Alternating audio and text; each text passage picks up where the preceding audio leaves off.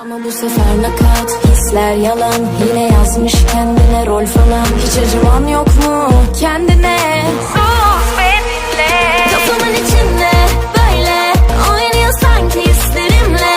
Hep aynı show, hep aynı dans. Gördüm bu filmi son defa. Sana bu gidişle kimse kanmaz kopya sözlerinle. Zorlama burada sonra baş. Sen önce boş laf anla.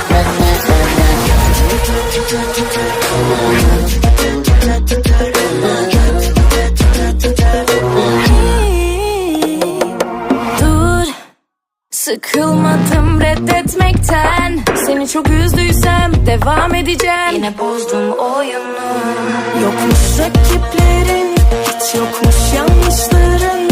O aşk sandıkların gülmeden zor duruyor. Ama bu sefer nakavt, hisler yalan. Yine yazmışken